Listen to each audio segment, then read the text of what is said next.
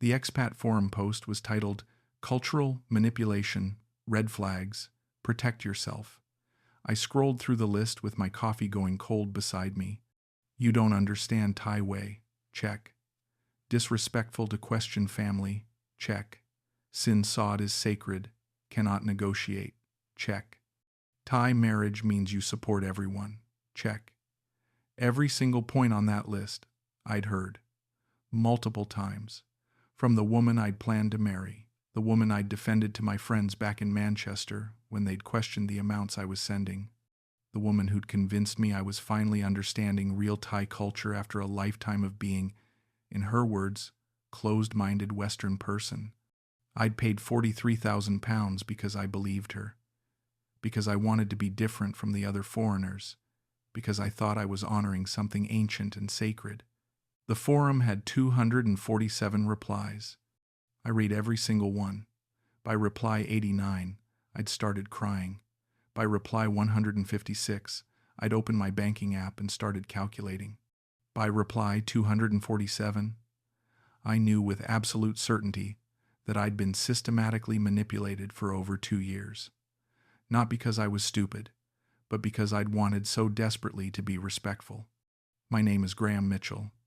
I'm 67 years old. I was an accountant for 39 years at a firm in Manchester. I retired at 65 with what I thought was a comfortable pension. I'd been married once, divorced 12 years, 2 adult children who have their own lives in London. I'd taken 3 holidays to Thailand over 5 years. Beach resorts, temples, the usual tourist circuit. I'd liked it. The warmth, the smiles, the food. But I'd never really understood it, never connected with it beyond the surface level. Then I met Ratana on ThaiCupid. She was 29, from Chiang Rai, worked in a hotel. Her profile said she was looking for someone kind, someone who respected Thai culture. I was upfront about my age. She said age didn't matter if the heart was good. We messaged for 3 months. Her English was decent. She asked about my life. Seemed genuinely interested in Manchester, in accounting, in my children. She sent me pictures of her family's house, her parents' small farm. Nothing seemed suspicious. She wasn't asking for money. She seemed normal. I flew to Chiang Rai to meet her in person. She picked me up from the airport with her cousin. We spent a week together. She showed me her city, introduced me to her friends, took me to local restaurants where no other foreigners went. I felt special, like I was seeing the real Thailand, not the tourist version. She explained customs to me, how to weigh properly, why I should take my shoes off before entering houses, that pointing your feet at people is disrespectful. Basic things, but I was absorbing everything. I wanted to learn. I wanted to do it right. On the 4th day, she said, if we continue relationship, I must tell you about Thai culture. You must understand Thai way, or we have problem later. I was grateful for her directness. She explained that in Thai culture, when a man is serious about a woman, he shows respect to her family. This means meeting them properly, bringing gifts, eventually discussing Sin Sod. I'd heard of Sin Sod from my reading, Bride Price. I understood it was traditional. She said her family was traditional. If I wanted to be with her, I needed to respect that. I said I absolutely would. I wanted to do things properly. I didn't want to be another ignorant Farang who dismissed Thai culture as backwards or mercenary. I'd read enough online to know that Western men often completely misunderstood Thai traditions, approached them with arrogance and cultural superiority. I didn't want to be that person. I'd spent my whole life in England. This was a chance to genuinely learn about a different way of life, to grow, to be the kind of open-minded person I'd always thought I was but had never really tested. She smiled when I said that.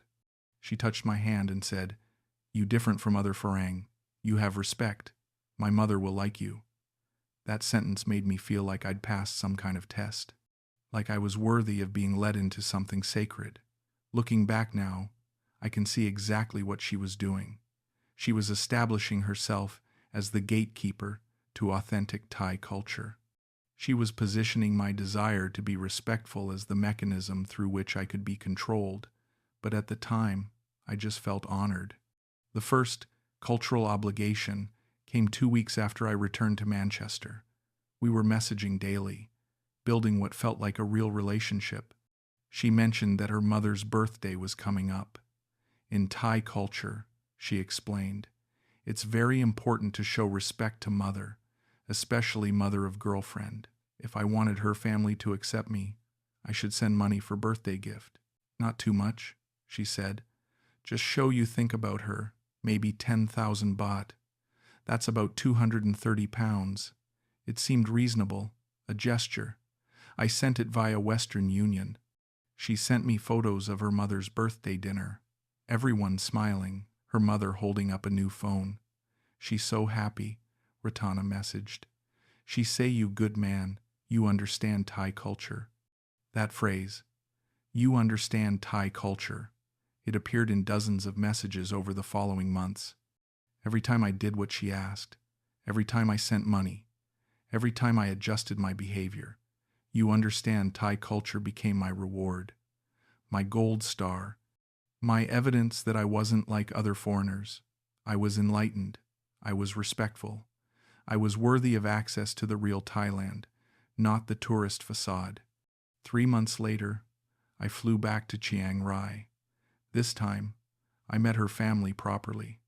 Her parents, 2 sisters, a brother, aunts, uncles, cousins. 23 people in total. It was overwhelming but exhilarating.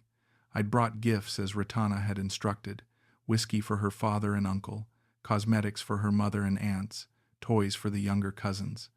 I'd spent 400 pounds on gifts, but Ratana had helped me choose everything. This show you serious, she'd said. This show you respect family. The family dinner was at a restaurant her cousin owned. Everyone was welcoming. They spoke in Thai mostly, with Ratana translating key parts. Her father gave a speech. Ratana translated. He say he happy I find good man. He say you seem like you respect Thai way. He say if we stay together, we must do everything proper. Way, Thai culture way. I nodded enthusiastically. I said I absolutely wanted to honor Thai culture, that I was learning every day, that I respected their traditions. Her father smiled. Everyone clapped. I felt accepted. After dinner, Ratana's mother pulled her aside. They spoke for 10 minutes in rapid Thai. Ratana came back looking serious. My mother wanted to discuss Sin Sod, she said. I'd known this was coming. I'd researched Sin Sod extensively. I knew it varied based on the woman's education, family status, whether she'd been married before. Ratana had a university degree in tourism management. She'd never been married. Her family wasn't wealthy but wasn't poor either. From what I'd read, a reasonable Sin Sod would be somewhere between 200,000 and 400,000 baht, maybe 4,500 pounds to 9,000 pounds. Higher end because of her education, lower end because her family was rural.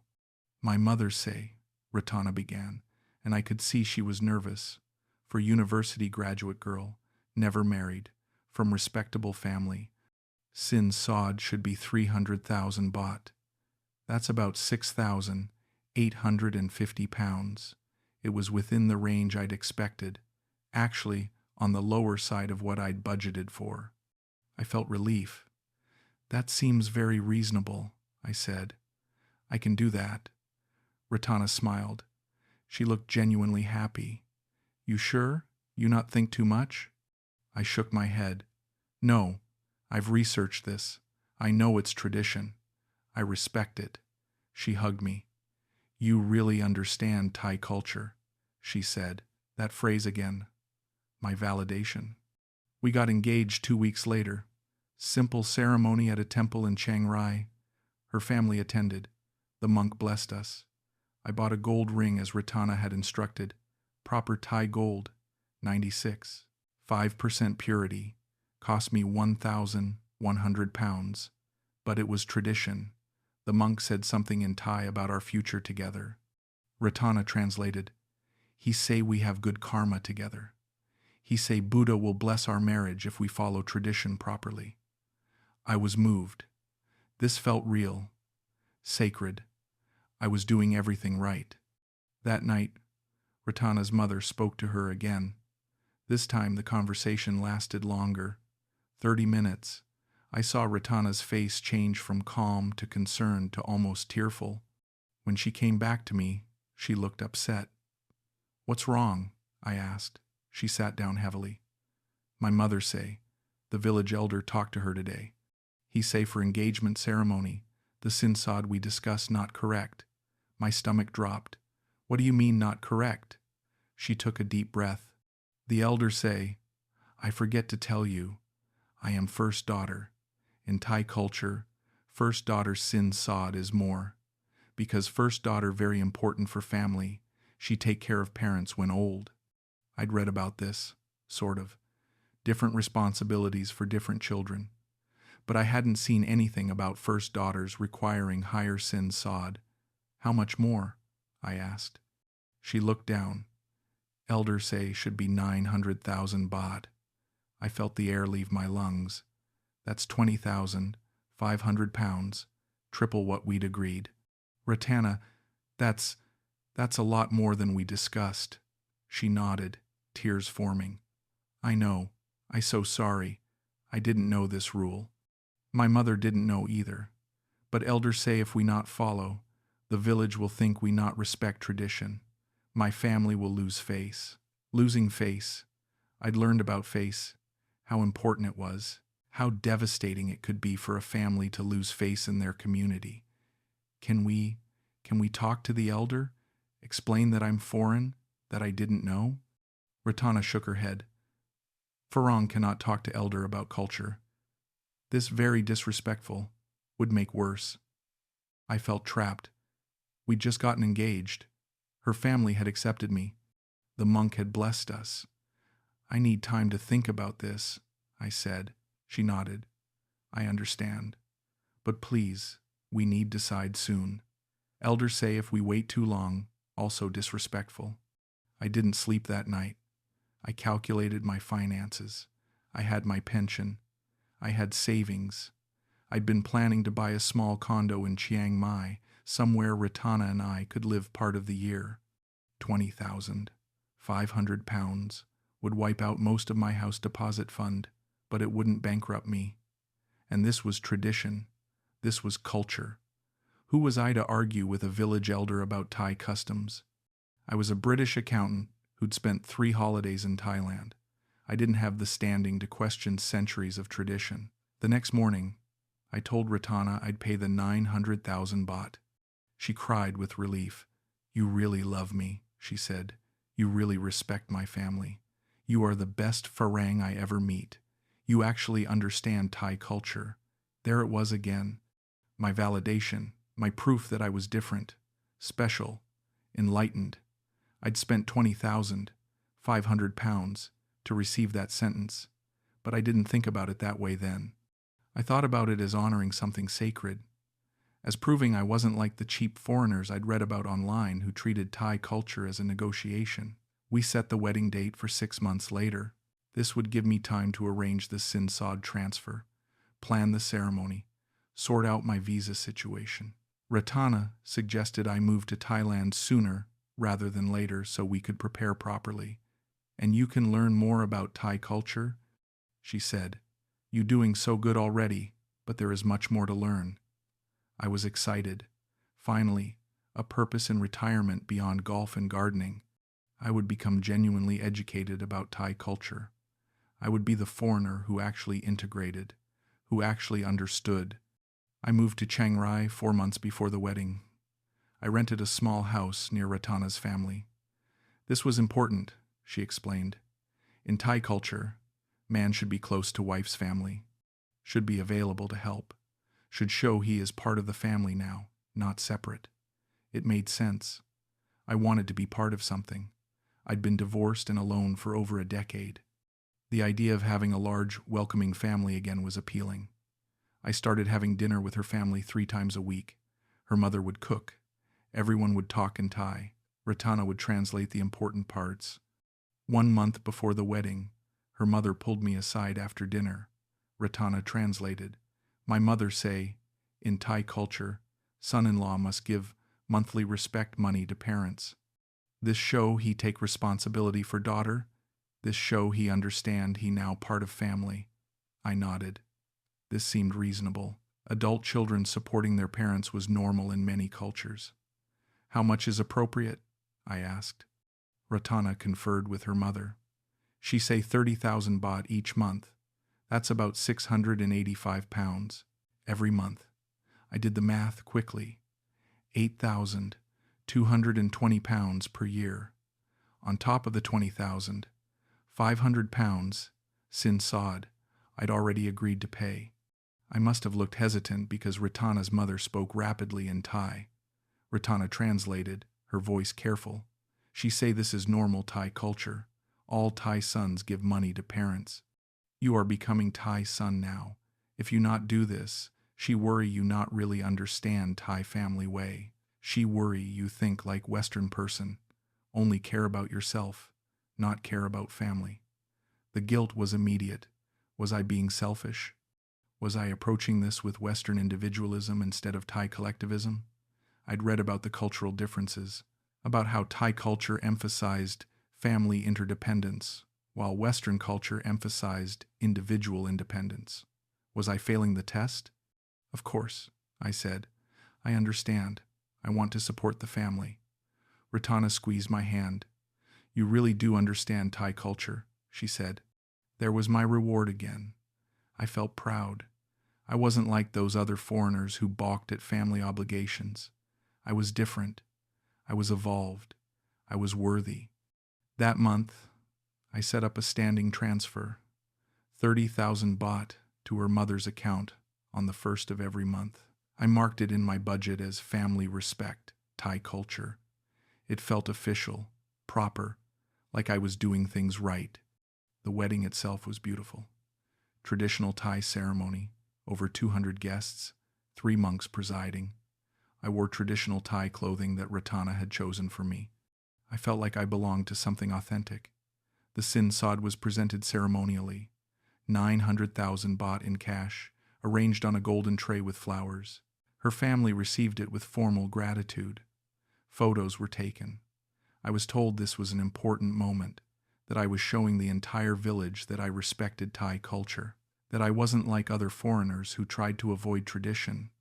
What I didn't know then, what I wouldn't discover until 18 months later, was that the typical Sin Sod for someone of Ratana's background was 200,000 to 300,000 baht. What I didn't know was that village elders don't dictate Sin Sod amounts. What I didn't know was that first daughter premiums aren't a real tradition. What I didn't know was that monthly respect money isn't a cultural requirement at all. What I didn't know was that I'd just participated in an elaborate scam that had been carefully researched and rehearsed. What I didn't know was that I'd been paying 685 pounds per month for a fabricated obligation. What I didn't know was that I wasn't special or enlightened or culturally sensitive. I was a mark. But I would learn, eventually, after 43,000 pounds, after defending her to everyone who questioned me, after isolating myself from other expats who tried to warn me. After 2 years and 4 months of believing, I finally understood something real about a culture I'd only just begun to encounter. I would learn, but the learning would cost me more than money. It would cost me my confidence in my own judgment, my ability to trust cultural explanations, my sense of myself as someone who could navigate the world with wisdom.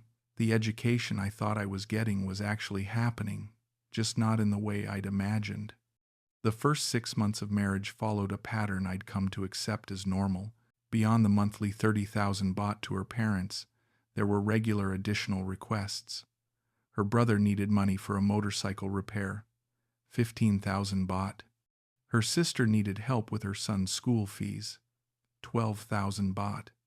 Her father needed medical tests, 18,000 baht. Each request came with the same framework. In Thai culture, family helps family. This is Thai way. If you say no, family will think you not real family member. I never said no. To say no was to admit I didn't understand, to admit I was just another ignorant foreigner. My identity had become wrapped up in understanding, in being different, in proving I could transcend my cultural limitations. Ratana also explained that in Thai culture, a wife shouldn't work if her husband can provide. This show you can take care of family? She said, this show you are good husband. If I work, people think you cannot provide. This lose face for you. It made a kind of sense. I had my pension. It wasn't huge, but it was steady. If supporting her meant she could focus on making our home nice, on learning to cook the British food I liked, on being available to help translate and navigate Thai culture for me, that seemed like a reasonable arrangement. She stopped her hotel job the month after we married. What I didn't realize was that I was now her sole source of income and therefore had no independent verification of any cultural claims she made. What I didn't realize was that isolation from the workplace meant isolation from other Thais who might have told me that what I was being told wasn't accurate. What I didn't realize was that making me the sole provider created a power dynamic where questioning financial requests became questioning my adequacy as a husband. But again, I wouldn't understand any of this until much later. 8 months into our marriage, Ratana told me we needed to build a spirit house for our rental property. I'd seen spirit houses all over Thailand. Small, ornate structures in front of homes and businesses where offerings were made to spirits. I understood they were important in Thai spiritual culture, a blend of Buddhism and animism. For our house to have good luck, we need proper spirit house, she explained. My mother finds spirit house maker, very good reputation. He makes spirit houses for important families. I asked how much it would cost. She said 85,000 baht. That's about 1,940 pounds. I was startled. I'd seen spirit houses that looked elaborate and beautiful, but 1,940 pounds seemed extreme for what was essentially a decorative wooden structure the size of a large birdhouse. I said as much, carefully. That seems quite expensive for a spirit house. Her face changed. She looked hurt. This not about money. This about respect for spirits. This about protecting our home. In Thai culture, if you don't have proper spirit house, spirits will be angry. Bad luck will come. You want bad luck for our marriage? The framework was familiar. Question the expense, get accused of not understanding culture, risk bad luck, risk disrespect, risk being revealed as someone who didn't actually get it. I paid for the spirit house. It was installed with a ceremony led by a monk. More expenses, flowers, incense, offerings, a donation to the monk, another 8,000 baht. But it felt authentic. The monk chanted. Ratana and her family were there. They seemed to take it seriously. I took photos and sent them to my children in London with a message about how I was really learning about Thai spiritual culture. My daughter replied, "That's nice, Dad. Just be careful about money." I was slightly annoyed. She didn't understand. She was thinking like a Westerner. I was thinking like someone who actually respected the culture I was living in. I was different from other expats. I was integrated. Around this time, I'd started having conversations with other foreign men in Chiang Rai. There was a small expat community that met at a coffee shop on Tuesday mornings. I'd gone once or twice. Most of the men were married to Thai women or in long-term relationships. The conversations often turned to money and cultural obligations. I found myself increasingly uncomfortable with the tone. These men talked about Thai culture cynically. They shared stories about being asked for money, about family demands, about cultural expectations that felt manipulative. They laughed about it, called it the Thai girlfriend tax, joked about how you had to manage the family requests or you'd go bankrupt. I found their attitudes offensive. They were exactly the kind of ignorant foreigners I'd been determined not to become. They approached Thai culture with suspicion instead of respect. They treated traditions as scams instead of sacred practices. I stopped going to the Tuesday meetings. When Ratana asked why, I told her I didn't like how those men talked about Thai culture. "They don't understand," I said. "They're disrespectful." She smiled. "You different from them," she said. You have good heart. You really understand Thai way. I felt vindicated. I'd made the right choice. Those men were trapped in their cultural prejudices. I was free from mine, or so I thought. The cultural obligations continued and escalated. For Songkran, the Thai New Year, Ratana explained that, in Thai culture, husbands give special money to their wife's parents to show respect for the new year. How much is traditional? I asked. She consulted with her mother. 50,000 baht. 1,140 pounds. On top of the monthly 30,000 baht I was already sending. I paid it. For Loi Krathong, another major Thai holiday, there was another traditional payment, 25,000 baht. For the king's birthday, another payment. For the queen's birthday, another payment. Each time, the framework was the same. This is Thai culture. This is how Thai families show respect. If you don't do this, family will think you don't understand. And I desperately wanted them to think I understood. My pension was 2,400 pounds per month. The monthly family payment was 685 pounds. Rent was 290 pounds. Food and utilities were about 330 pounds. The special occasion cultural payments averaged another 200 pounds per month when spread across the year. I was spending roughly 1,500 pounds per month on what I understood to be cultural obligations and basic living expenses. This left me about 900 pounds per month for everything else. I'd always been frugal. This seemed manageable, tight, but manageable. What I wasn't accounting for was the irregularity and unpredictability of requests. What I wasn't accounting for was that the rules could change at any moment. 14 months into our marriage, Ratana told me we needed to discuss something serious. Her face was grave. My mother go to temple last week, she began. The monk tell her something about our marriage. I felt a flutter of worry. What did he say? She took a breath. He say he check our birth dates, our zodiac. He say we have karma problem. Our marriage has bad karma from past life. If we don't fix, we will have bad luck. Maybe divorce, maybe death. I felt cold. I didn't fully believe in karma or zodiac compatibility, but I knew it was important in Thai culture. I'd read about astrology in Buddhism and Hinduism. I knew people took it seriously. What do we need to do? I asked. She explained that the monk said we needed a special ceremony, a karma cleansing ceremony. It required offerings, multiple monks, 3 days of chanting, special flowers and incense, donations to the temple.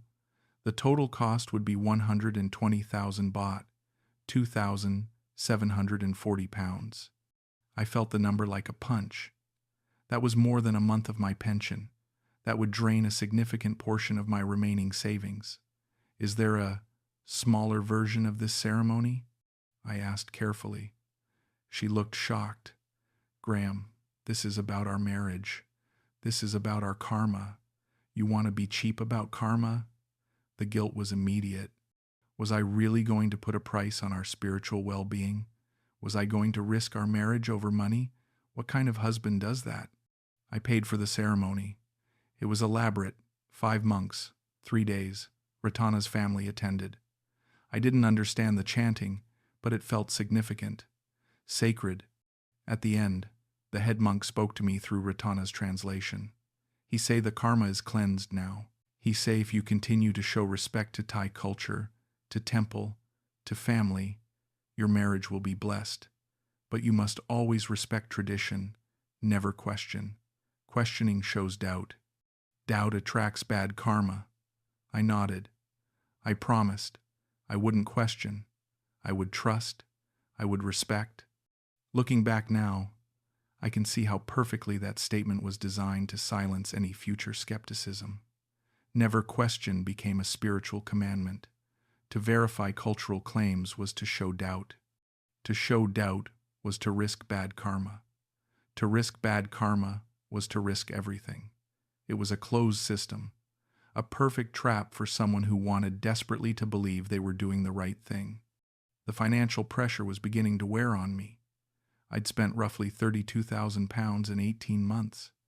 The initial Sin Sod of £20,500, the monthly payments totaling £12,330, the Spirit House and Ceremony at £2,250, the Special Karma Ceremony at £2,740, and various other cultural obligations for holidays and family needs totaling about £5,000.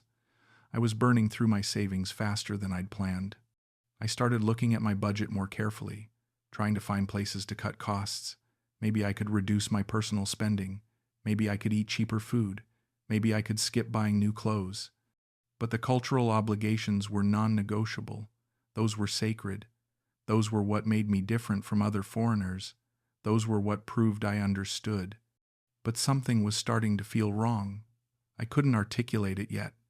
It was more a feeling than a thought, a nagging sense that the requests were becoming more frequent, that the amounts were getting larger, that every conversation with Ratana's family somehow ended with a need for money, that Thai culture was invoked exclusively when money was involved.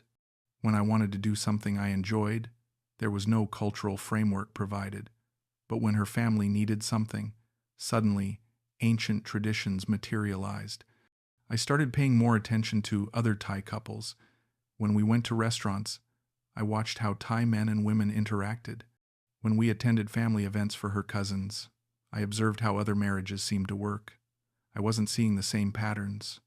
I wasn't seeing other husbands constantly handing over money. I wasn't seeing the same level of family financial dependence. But when I mentioned this to Ratana, she had an explanation ready. Every family different, she said. My family more traditional. Other families may be modern. Maybe they lose culture. But my family keep real Thai tradition. This is good thing. You should be proud you marry into traditional family. And I wanted to be proud.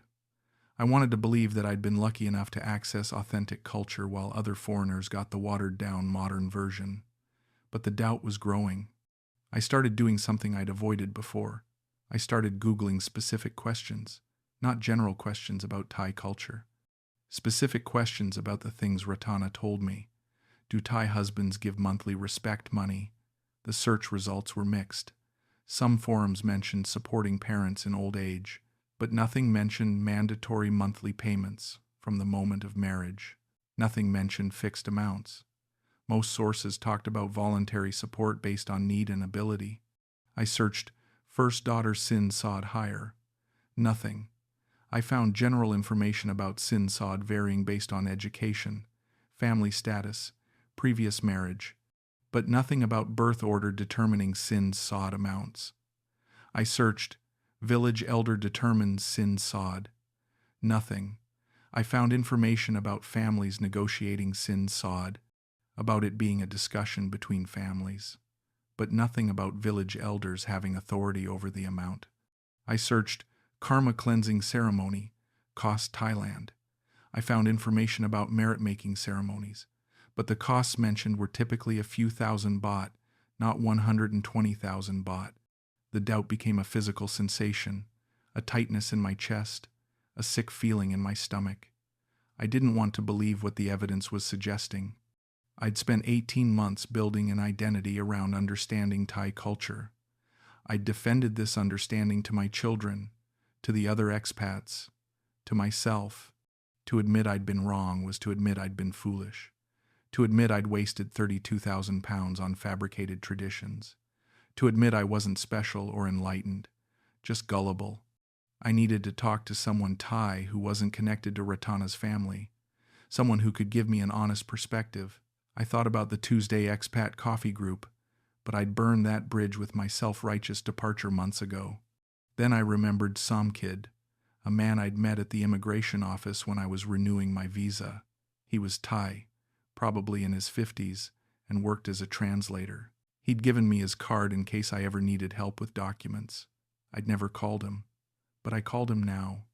We met at a different coffee shop, far from where Ratana might see us. I felt paranoid, but I couldn't risk her knowing I was fact-checking her cultural claims. Somkid was friendly, curious about why I'd called. I explained I was married to a Thai woman, that I wanted to make sure I was understanding cultural obligations correctly. I want to be respectful. I said. I want to make sure I'm doing things properly. He nodded encouragingly. I took a breath and started listing the things Ratana had told me were Thai culture. Monthly respect money to parents-in-law, 30,000 baht from the start of marriage. Somkid's eyebrows rose. From the start? Not when they're old and need care? I confirmed. She said it's tradition. All Thai sons do this. He shook his head slowly. Thai children support parents, yes, but usually when parents are old, cannot work, and the amount depends on family situation.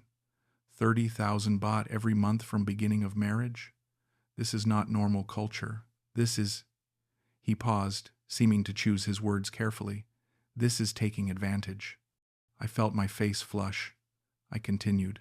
Sin Sod of 900,000 baht because she's the first daughter, and the village elder said this is required.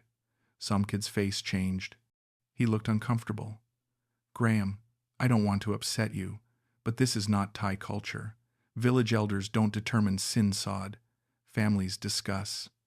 And 900,000 baht for Chiang Rai woman, university degree, first marriage. This is very high. Very high. Maybe 200,000 to 300,000 is normal. Maybe 400,000 if family wants to show face. But 900,000? And because she is first daughter, this is not real tradition. I felt dizzy. I gripped my coffee cup. I continued with the list. The spirit house for 85,000 baht. The karma cleansing ceremony for 120,000 baht. The special holiday payments. Every single item. Somkid listened. His expression grew more concerned. When I finished, he was quiet for a long moment. Then he said, gently, Graham, I think your wife is lying to you about Thai culture. These things she tells you, some are based on real tradition but exaggerated very much. Some are completely made up. Thai culture is real. Thai traditions are beautiful. But what you describe is not Thai culture. This is scam. I'm sorry to tell you this. The word scam hung in the air. I wanted to argue, to defend Ratana, to explain that Somkid didn't know her family, didn't understand their specific regional traditions, their particular family history, but I couldn't, because everything he said matched what I'd found in my own research, because his explanations made more sense than hers, because I knew, with a horrible sinking certainty, that he was telling me the truth. I'd been systematically manipulated for 18 months, 32,000 pounds and counting, and the person doing it was the woman I'd married, the woman I'd trusted to educate me about her culture. I thanked Somkid. I paid for his coffee. I drove home in a daze. I didn't go into the house immediately. I sat in my car in the driveway, staring at the spirit house I'd paid 1,940 pounds for, trying to process what I now knew. The spirit house looked exactly like dozens of others I'd seen around Chiang Rai. None of them had cost 1,940 pounds. The karma cleansing ceremony had been attended by 5 monks. I'd watched them chant for 3 days. Had they been in on the scam? Or had they been told by Ratana's family that I wanted an elaborate ceremony and was willing to pay? I didn't know. I didn't know what was real and what was performance anymore. I went inside. Ratana was watching a Thai drama on TV. She looked up and smiled. "How was your day?" she asked. So normal, so casual. Like she hadn't spent 18 months fabricating cultural obligations and extracting thousands of pounds from me. I looked at her and realized I didn't know this person at all. I'd thought I was learning about her culture. I'd thought she was my guide to understanding. But she'd been running a script the entire time. A carefully researched, expertly executed script designed to exploit my exact vulnerabilities, my desire to be respectful, my fear of being ignorant, my pride in being different from other foreigners. She'd identified these things and weaponized them. "I need to ask you something," I said. My voice sounded strange to my own ears. Flat, controlled. She muted the TV and turned to face me. "What's wrong?" she asked. She looked concerned. Or was that concern real? Could I trust any expression on her face? "I spoke to a Thai person today," I began. "A translator. Someone who knows about Thai culture. and I asked him about some of the traditions you've told me about. Her face changed. Something flickered there. Fear? Anger? Calculation? Why you need to ask other person, she said. I am Thai. I tell you about Thai culture. Why you don't trust me? There it was. The deflection. The attack. I was the one in the wrong for fact-checking. I was the one showing disrespect. I wanted to make sure I understood correctly, I said carefully. I wanted to be certain I was doing everything properly. She stood up. You think I lie to you about my own culture? You think you know Thailand better than me? I live here my whole life. You live here 1 year. Who knows better? Her voice was rising. I recognized the pattern now. When questioned, attack, make me the problem, make my verification the disrespect. But I wasn't going to let it work this time. Ratana, he told me that monthly respect money from the beginning of marriage isn't a tradition. He said supporting parents happens when they're elderly and need care, not automatically from day one. She crossed her arms. He don't know my family. Every family different. My family traditional. We keep old culture. Other families modern, lose tradition. Just because he don't know doesn't mean not real. I pressed on. He also said that village elders don't determine Sin Sod amounts, that families discuss it together, and that 900,000 baht for someone from your background is extremely high, 3 times higher than normal. Her eyes flashed. Who is this person? Why he want to make problem in our marriage? Maybe he jealous. Maybe he wants you for himself. Maybe he gay. The accusations were wild, desperate. Somkid is happily married and was trying to help me understand, I said quietly. And what he told me matches everything I found online, everything I've researched. She sat down heavily. I could see her recalculating. The attack hadn't worked. The deflection hadn't worked. Okay, she said finally. Maybe I exaggerate little bit about some things. But you have money. Why you care so much about money? I thought you love me. I thought you want to take care of my family. This is what husband does. You want to be cheap Farang like the others? The guilt trip, the comparison, the suggestion that caring about 32,000 pounds made me unloving, made me like the others I'd been so determined not to be. I've given you 32,000 pounds in 18 months, I said. That's not being cheap. That's more than most people in Thailand earn in several years. And according to multiple sources, most of what you told me was Thai culture either isn't real or was wildly exaggerated. She started crying. I'd seen her cry before when she wanted something, but this time I was watching it differently, seeing the performance. I cannot believe you say this to me, she sobbed. I try to teach you about my culture, about my family, and you accuse me of being a liar. This break my heart. Maybe you don't really love me. Maybe you just use me. The reversal was stunning. I was using her. I, who had spent 32,000 pounds on fabricated cultural obligations, was the user. Ratana, I need you to be honest with me, right now.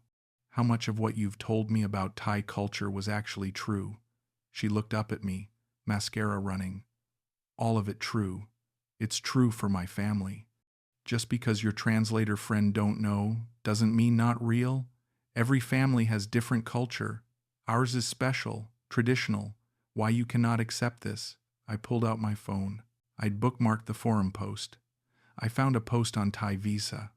I said, it's called Cultural Manipulation Red Flags. There are 247 replies. Every single tactic you've used is listed there. You don't understand Thai way. Disrespectful to question family. Every family has different culture. These are known manipulation tactics. Dozens of men have experienced exactly what I'm experiencing. This isn't unique to your family. This is a pattern. She stared at the phone screen, at the list of her own tactics typed out by strangers. Then she stood up abruptly. I go to my mother house tonight. You can stay here and believe your internet friends more than your own wife. When you're ready to apologize for calling me liar, you can call me. She packed a bag and left. I sat alone in the house, surrounded by the trappings of my cultural education. the elaborate spirit house outside, the Buddha statue I'd been told I needed to buy for £650, the traditional Thai furniture I'd purchased because Thai house needs Thai furniture, the gold chain I'd bought for her last birthday because Thai women show love through gold. I spent that night doing what I should have done 18 months earlier. I researched everything, properly, not just Googling Thai culture in general terms, but specific verification of specific claims. I found academic articles about Thai family dynamics. I found actual Thai cultural websites explaining traditions. I found expat forums where Thai people themselves were debunking common myths that foreign men believed about their culture. I found YouTube videos by Thai women married to foreign men, explaining what was real tradition and what was exploitation. I found blog posts by cultural anthropologists studying Thai-foreign relationships. Every source confirmed what Somkid had told me. Sin Sod for someone of Ratana's background should have been 200,000 to 400,000 baht, not 900,000.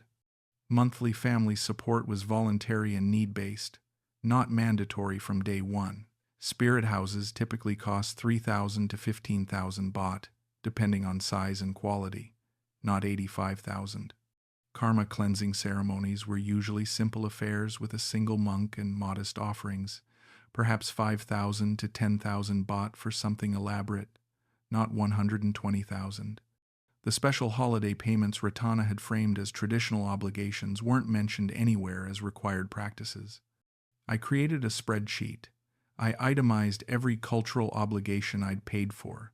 Next to each one, I noted what the actual cultural norm was. Then I calculated the difference.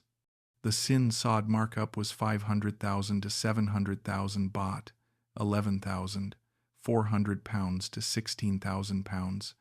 The monthly family payments had no cultural basis at all, so the entire 16 months of payments totaling 480,000 baht, 10,980 pounds, was pure invention. The Spirit House markup was at least 70,000 baht, 1,600 pounds.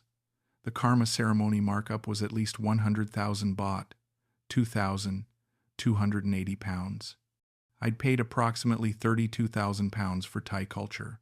The legitimate cultural cost would have been about 5,500 pounds.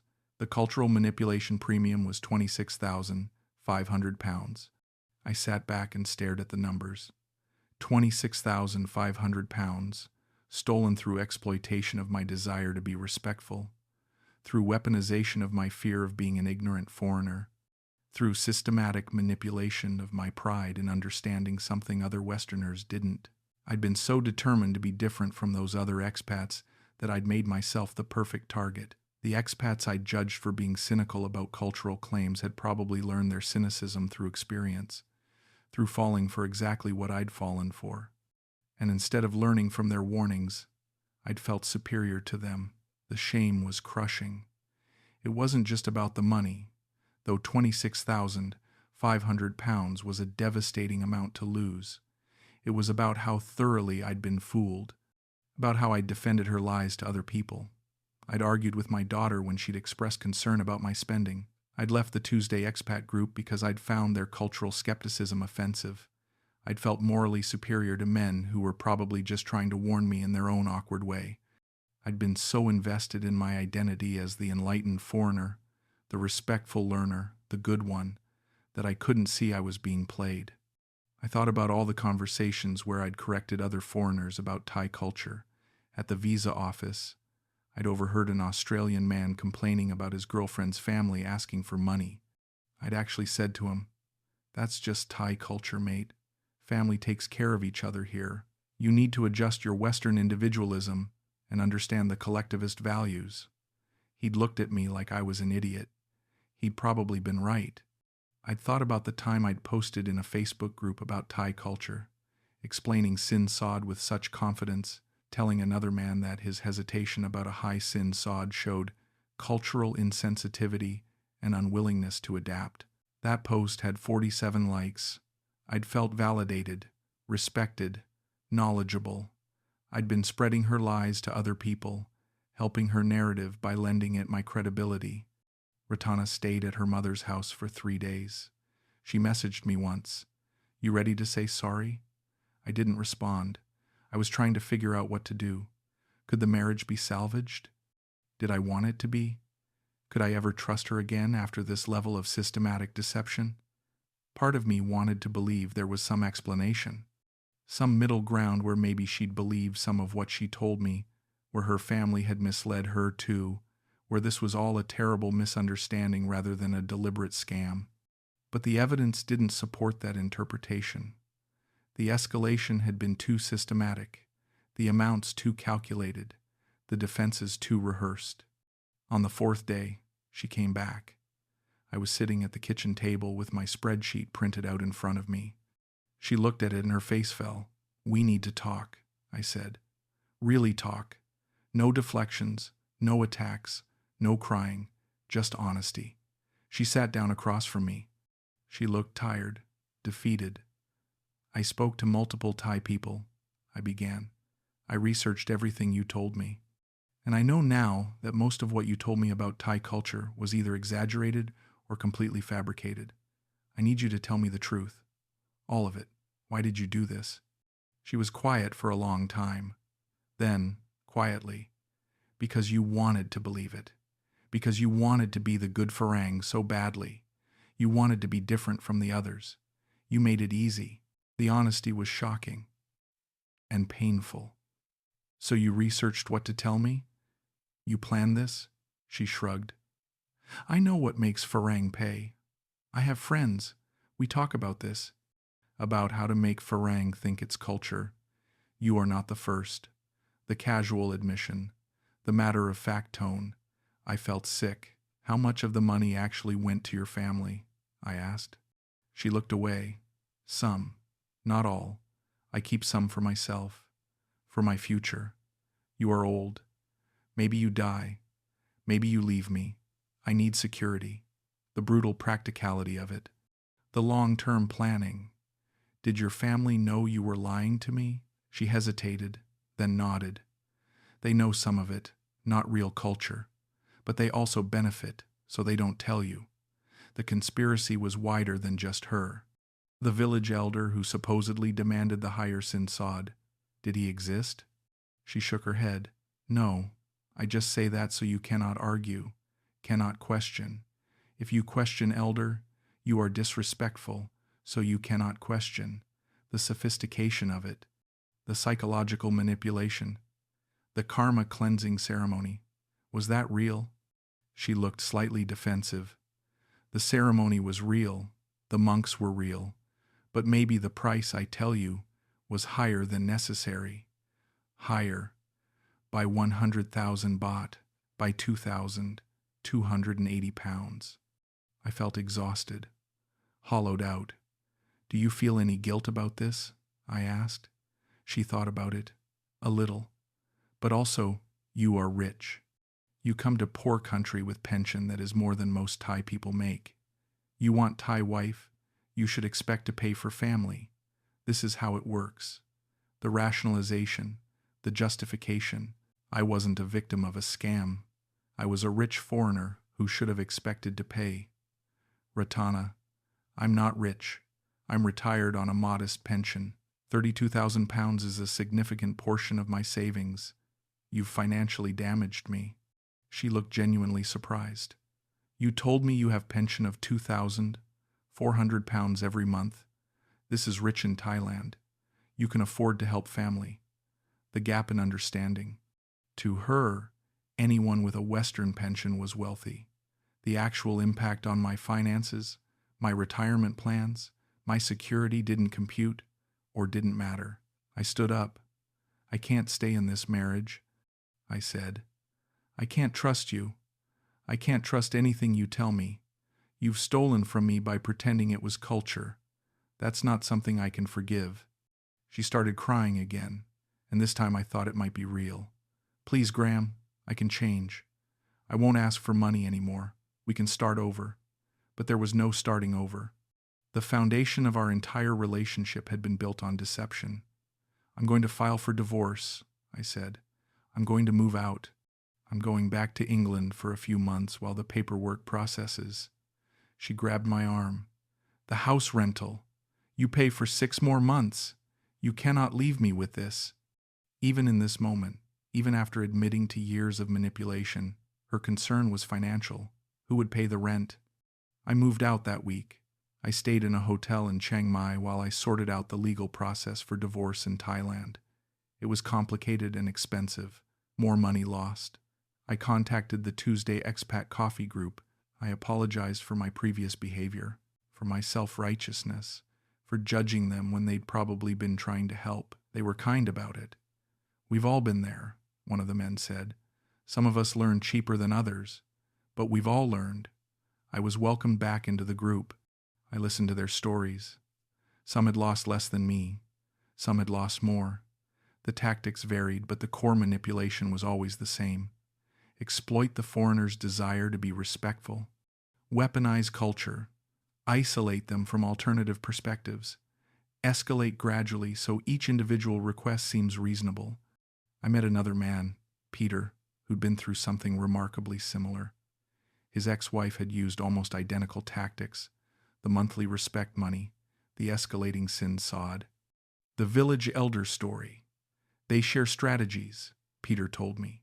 There are forums, Thai forums, where women teach each other how to extract money from foreign men, what to say, how to frame it as culture, what works best on which personality types. I felt another wave of nausea. This wasn't just Ratana being opportunistic. This was systematic, researched, a known scam with refined techniques. Peter connected me with a Thai woman named Apinya, who worked with a cultural education center in Bangkok. She consulted with foreign men who wanted to verify cultural claims they'd been told. I hired her to review everything Ratana had told me. Her assessment was thorough and damning. Of the 27 separate cultural claims Ratana had made, 3 were based on real traditions but exaggerated by 200 to 400% in cost. 8 were distortions of real traditions, taking a genuine cultural practice and twisting it to require money. 16 were complete fabrications with no basis in Thai culture at all. Apinya wrote me a detailed report explaining what actual Thai cultural practices look like in modern marriages between Thais and foreigners, what reasonable Sin Sod ranges are based on various factors, what voluntary family support typically looks like, how Buddhist practices and ceremonies actually work, what normal spirit house costs are. I paid her £450 for this report. It was some of the best money I spent in Thailand, because it gave me back something I'd lost, the ability to distinguish between real culture, which I still respected and found beautiful, and cultural manipulation, which was theft dressed up as tradition. The divorce took 4 months to finalize. I returned to England during that time. I stayed with my daughter in London. I was depressed, embarrassed, and financially strained. I'd lost about £35,000 total when accounting for the divorce costs and moving expenses. My retirement savings were significantly depleted. My confidence in my judgment was shattered. My daughter was kind but firm. "Dad, you need to talk to someone about this. A therapist. You've been through a systematic manipulation. This isn't just about money. It's trauma." She was right. I found a therapist who specialized in financial abuse in relationships. Yes, that's a thing. Over several months, we worked through what had happened. The therapist helped me understand that I'd been targeted specifically because of my psychological vulnerabilities, my desire to be seen as culturally sensitive, my fear of replicating colonialist attitudes, my loneliness after my divorce and retirement, my need to feel special and different from others in my demographic. Ratana hadn't just randomly stumbled into manipulating me. She'd identified exactly what would work on my specific personality and circumstances. The therapist also helped me process the shame, the deep, crushing shame of being fooled, of defending my manipulation to others, of feeling superior to people who'd tried to warn me. "You were targeted by someone with experience and skill in this particular type of con," she told me. "The fact that you fell for it doesn't make you stupid. It makes you human, and it makes her skilled at what she does." That helped, a little. but I still felt profoundly foolish. I'd always thought of myself as reasonably intelligent, analytical, hard to fool. I'd been an accountant for 4 decades. I understood numbers, patterns, systems, but I'd been completely blind to this. What I came to understand through therapy was that my intelligence had actually been weaponized against me. My analytical nature meant I'd carefully documented every cultural claim, every payment, every obligation. I'd created spreadsheets tracking my cultural learning.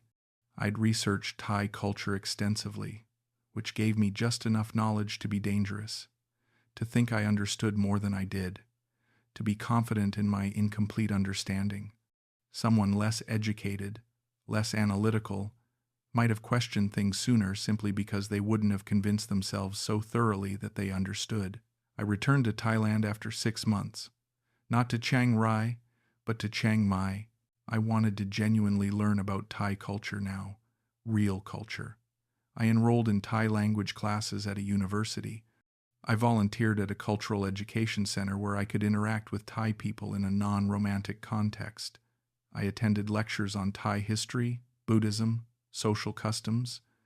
I read academic books written by Thai scholars and anthropologists.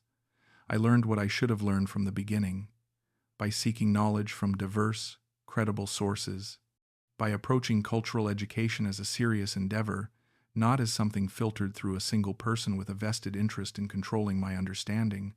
What I learned was beautiful and complex. Real Thai culture is about genuine family bonds, not mandatory monetary transfers. Real Buddhism emphasizes merit-making through action and intention, not through expensive ceremonies. Real Sin Sod practices balance tradition with modern economic realities and include reciprocity and respect between families. Real Thai hospitality comes from warmth and generosity, not from obligation. The more I learned about actual Thai culture, the more obvious it became how thoroughly Ratana had distorted it. She'd taken a real, living, nuanced culture and turned it into a series of financial extortion tactics. I eventually started dating again, a Thai woman named Molly, who I met through the language school. She was a teacher, divorced, with 2 teenage children. We took things very slowly. I was hyper-vigilant now. Every cultural claim she made, I verified independently. When she mentioned that Sin Sod would be expected if we married, I immediately researched appropriate amounts and had conversations with her family about what they actually expected. The number they suggested was 150,000 baht, 3,400 pounds. Reasonable, within all the norms I'd researched, and her family made it clear they'd return most of it after the ceremony, which is traditional for middle-class families. When Molly's mother's birthday came up, Molly suggested I might want to give a gift. "What's appropriate?" I asked. "Maybe 1,000 or 2,000 baht?" she said. "Or even just flowers and a card. She doesn't expect money." The contrast was striking. This was what real Thai culture looked like. Modest expectations, flexibility, genuine relationship rather than financial extraction. When Molly mentioned her son needed help with university fees, she asked if I'd be willing to lend the money with a repayment plan. Lend, with repayment. Not Thai culture demands you give. The difference was everything. I've been with Molly for almost 2 years now. We're planning to marry next year. I'm cautious in ways I wasn't before. I verify everything. I maintain relationships with diverse groups of Thai people who give me multiple perspectives. I'm active in the expat community, and I listen when people share concerns about their relationships without immediately defending Thai culture. I've learned that being respectful doesn't mean being unquestioning, that genuine cultural education includes skepticism and verification, that real traditions can withstand scrutiny. I also do something now that I never imagined I'd do. I talk openly about what happened to me. When I meet new foreign men in Thailand who are in relationships with Thai women, I share my story, not to make them paranoid, not to paint all Thai women as manipulative, but to give them the information I wish I'd had, the red flags to watch for, the verification strategies to use. The difference between real cultural expectations and cultural manipulation. Some men listen. Some men react the way I would have reacted 3 years ago, with defensiveness, with insistence that their situation is different, that their partner is different, that they understand Thai culture better than I do. I don't push. I remember how firmly I believed I was different, how invested I was in that belief. But I plant seeds. I give them resources. I tell them about Apina's cultural verification service. I share academic sources about Thai culture. I encourage them to learn Thai language so they're not dependent on their partner for all translation and cultural interpretation. Some come back to me months or years later and thank me. Some probably think I'm bitter and cynical. I'm okay with either response. I'm just trying to prevent other men from learning the way I learned. The financial impact of what happened is permanent. I lost 35,000 pounds that I'll never recover. My retirement is less comfortable than I'd planned. I had to sell my car back in England to recoup some savings. I rent a modest apartment instead of buying the condo I'd originally intended to purchase. But I'm okay. I'm managing. The money is gone. But I've gained something valuable. Wisdom. Genuine cultural understanding. The ability to distinguish between respect and submission. The knowledge that questioning and verifying aren't signs of disrespect but signs of engagement. I've also gained the ability to forgive myself. It took time. A lot of therapy. A lot of conversations with other men who'd experienced similar manipulation. But I've reached a place where I can acknowledge that I made mistakes without condemning myself as irredeemably stupid. I wanted to be respectful. That's not a flaw. I wanted to learn about a culture different from my own. That's not a weakness. I wanted to believe the woman I loved was being honest with me. That's not foolishness. The problem wasn't my desires or intentions. The problem was that someone skillfully exploited those good faith intentions for profit. Would I warn someone away from relationships with Thai women? Absolutely not. Mali has shown me what a genuine, healthy, cross-cultural relationship can look like. I have Thai friends now who are kind, honest, and have taught me so much about their country and culture. The issue isn't Thai people or Thai culture. The issue is that significant power imbalances, wealth disparity, cultural knowledge gaps, language barriers, create opportunities for exploitation.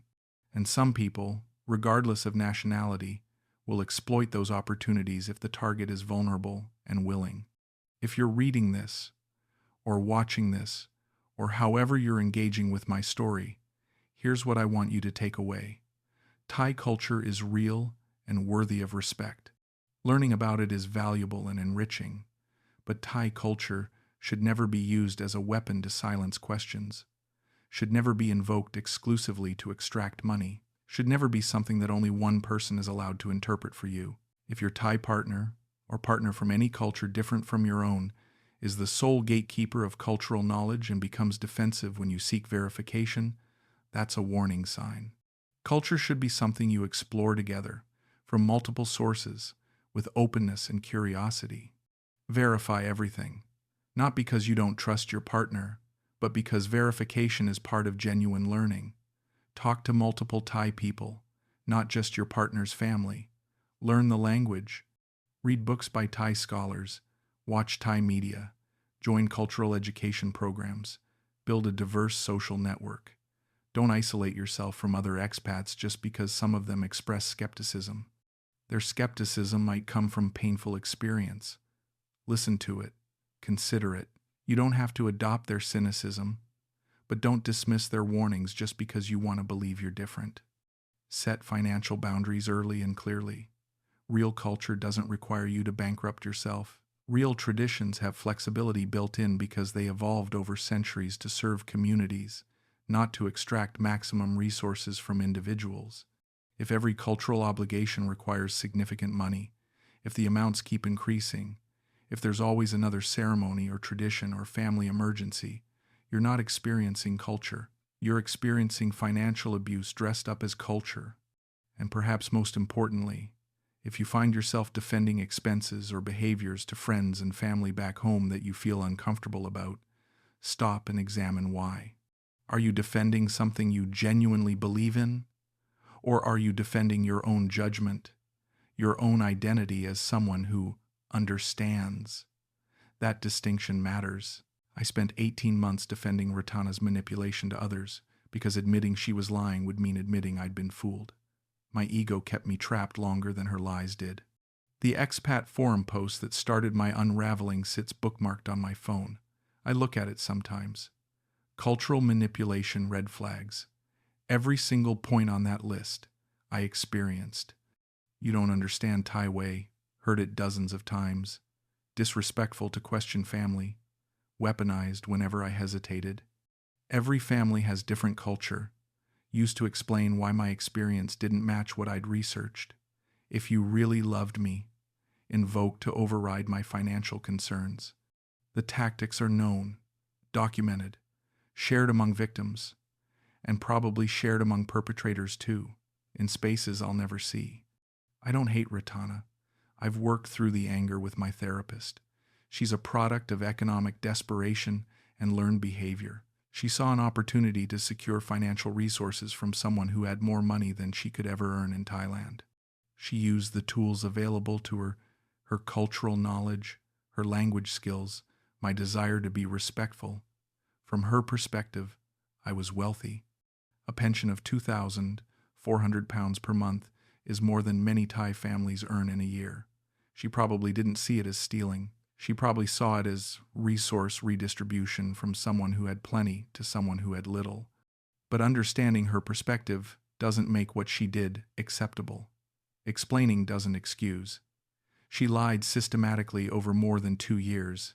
She involved her family in the lies. She researched manipulation tactics. She calculated amounts designed to extract maximum resources without triggering my complete withdrawal. That's not survival. That's sophisticated theft. And the fact that economic inequality creates pressure towards such behavior doesn't absolve individual responsibility for choosing to manipulate rather than seeking honest partnership. I'm 67 years old now. I've spent 35,000 pounds on an education about human nature, cultural manipulation, and my own psychological vulnerabilities. That's an expensive education. But I did learn. I learned that my desire to be seen as culturally enlightened was a weakness others could exploit. I learned that genuine cultural respect includes verification, not blind acceptance. I learned that isolation from diverse perspectives makes manipulation easier. I learned that real love doesn't require you to bankrupt yourself to prove your commitment. I learned that traditions evolved over centuries have built-in reasonableness that modern fabrications don't. Most importantly, I learned that being fooled doesn't make me stupid. It makes me human. We all have vulnerabilities. Mine were around cultural sensitivity and the desire to be different from the stereotype of the ugly American or British tourist. Someone skilled in manipulation found those vulnerabilities and exploited them. That says more about her choices than my intelligence. I fell for it. I defended it. I enabled it longer than I should have. But I also eventually recognized it, extracted myself from it, learned from it, and moved forward with greater wisdom. To the other men watching this who might be experiencing something similar, please don't let pride keep you trapped the way it kept me trapped. Don't let your investment in being the good foreigner prevent you from asking hard questions. Don't let your desire to be different from other expats make you dismiss their warnings. They've seen these patterns before. They're not cynical for no reason. Some learned expensive lessons. Some are trying to spare you the same education. If your Thai partner, or any partner from a culture you're still learning about, invokes culture only when requesting money or compliance, investigate further. If questioning cultural claims is met with accusations of disrespect rather than patient explanation, that's a red flag. If you're isolated from other people from that culture who might give you alternative perspectives, that's a red flag. If the financial demands escalate over time in ways that strain your resources, that's a red flag. If you find yourself defending expenses to friends and family that make you uncomfortable, stop and examine whether you're defending the expense or defending your ego. Verify. Always verify. Talk to multiple people. Learn the language. Read scholarly sources. Join cultural education programs. Don't let one person be your sole source of cultural knowledge. Real culture welcomes inquiry. Real traditions can survive scrutiny. Real love doesn't require financial proof. If what you're experiencing crumbles under examination, it wasn't real culture. It was manipulation wearing culture's clothes. I live in Chiang Mai now. I have a good life. I have Thai friends and expat friends. I have Molly, who's shown me what honest partnership looks like. I have wisdom I didn't have before, purchased at £35,000. I have the ability to help other men avoid learning the same lessons the same way. I have genuine understanding of Thai culture now, learned through diverse sources and verified through multiple perspectives. I have peace with what happened, even though I wish it hadn't. Graham Mitchell, Manchester, accountant, retired, age 67. Victim of cultural manipulation, student of human nature, wiser and poorer. Still in Thailand, but with eyes open now. Still learning about Thai culture, but from books and teachers and friends, not from someone with a vested interest in controlling my understanding. Still believing that cross-cultural relationships can work because I'm living in one, just doing it right this time. Thai culture is beautiful. Real Thai culture. The respectful greetings, the emphasis on harmony and face-saving that actually works to preserve relationships, not exploit them. The genuine warmth and hospitality. The family bonds that involve reciprocal care, not one-way extraction. The Buddhist principles of mindfulness and compassion. The festivals and traditions that have evolved over centuries to serve communities. All of that is real and valuable and worth respecting. What Ratana did wasn't Thai culture. It was theft. Sophisticated, researched, carefully executed theft that exploited my ignorance and my good intentions. Don't let anyone tell you that questioning financial demands is culturally insensitive. Don't let anyone convince you that verification is disrespectful. Don't let anyone isolate you from alternative sources of information. Those aren't cultural principles. Those are control tactics. And they work best on people like me, people who desperately want to be respectful, people who fear being seen as the ignorant foreigner, people who take pride in their cultural sensitivity.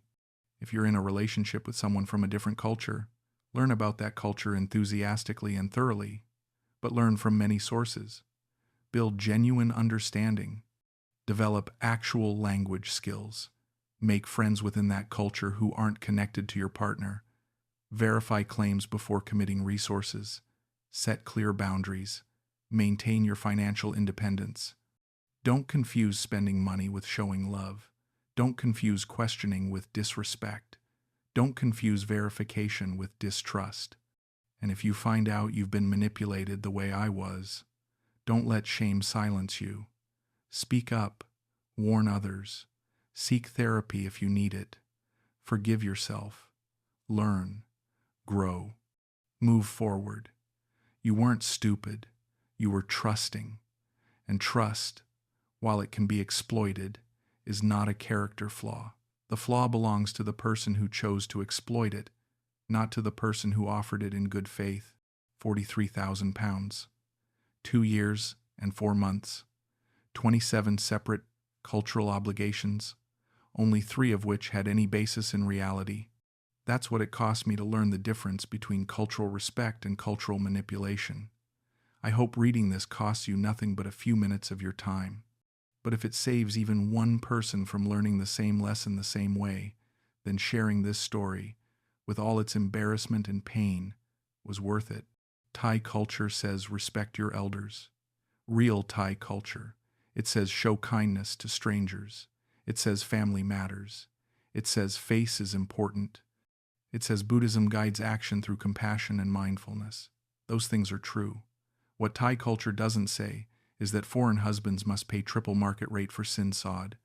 Doesn't say monthly respect money starts from day 1 of marriage. Doesn't say spirit houses cost £1,940. Doesn't say questioning traditions brings bad karma. Doesn't say that verification equals disrespect. Learn the difference. Your wallet and your sense of self will thank you.